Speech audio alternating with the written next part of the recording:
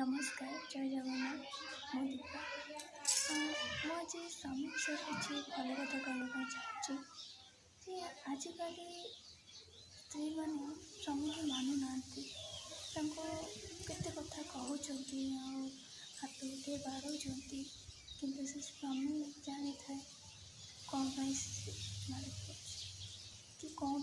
एत कथा शुणुची कहीं दी पैसा यदि पकेट्रे ना स्त्री केते कथा कही था कि सेगुड़ा से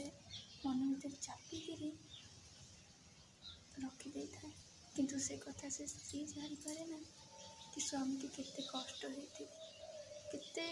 दुख हो मुई कथाटा कहली से स्त्री मान हाथ जोड़ुची एमती कहीं कहतुनि स्वामी मान कहीं सी जिते कष्ट कर दुनिया कहीं भी एत कष्ट कर से खरा हो वर्षा हो से दी पैसा बाहर को बाहर जाते काम करने जदि गोटे दिन से जदि घरे रही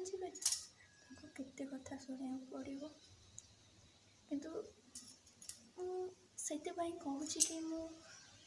हाथ जोड़े स्त्री मान कि स्वामी मानक एत कष्ट दिंतु मन कथा टे बुझापी चेष्टा करूँ कि मनरे कौन अच्छी